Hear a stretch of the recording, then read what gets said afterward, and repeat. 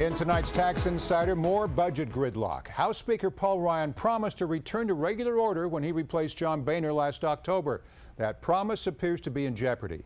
This week, Senate GOP leaders delayed action on the annual budget blueprint. The House is also gridlocked on its own plan. Joining me with the latest is David Williams, president of the nonpartisan Taxpayers Protection Alliance. So, Dave, what's the holdup?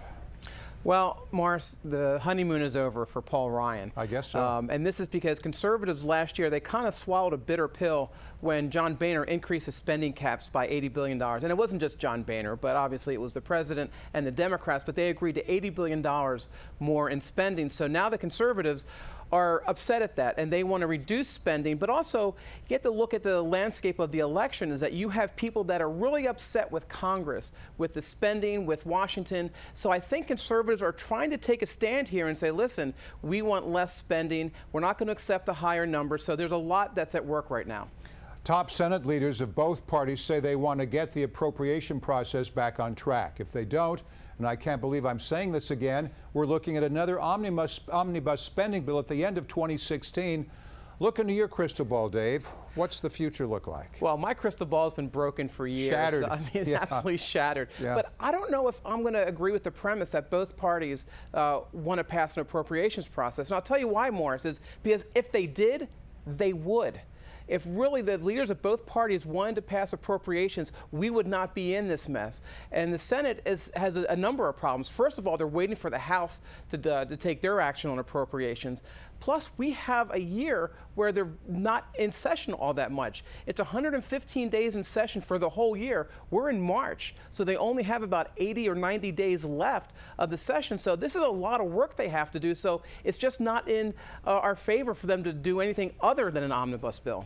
Let's move on to the Affordable Care Act now. Tax preparation company H&R Block says many people who went without health insurance last year are seeing their fines more than double. In 2015, the average fine is $383 compared to $172 in 2014. What happened?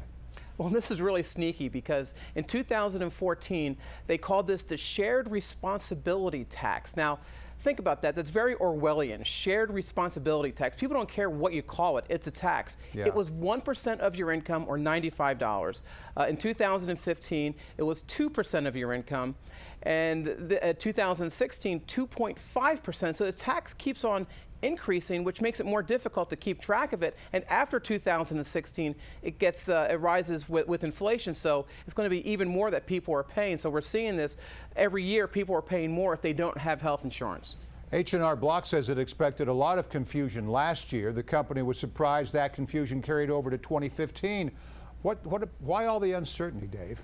Well, I wasn't surprised that there's Yeah. confusion because you have this increase in the tax, and it's going to be increasing every year. You have the employer mandate that's now going to be in effect for 2016. And Morris, this is really about a bigger issue. This is about tax reform. Is that Obamacare made the tax code a lot more complicated. It's already 4 million words or 74,000 pages. We need to simplify it. And so I'm surprised that H&R Block is surprised by this because they know exactly how complex the tax code is. And that's what we're saying, is that, whether it's Obamacare or corporate tax or individual tax, we need tax reform. That would solve a lot of our problems. If you like your CPA, you can keep your CPA. Absolutely. Let's talk about the Postal Service. You're following the expiration of something called the exigent surcharge.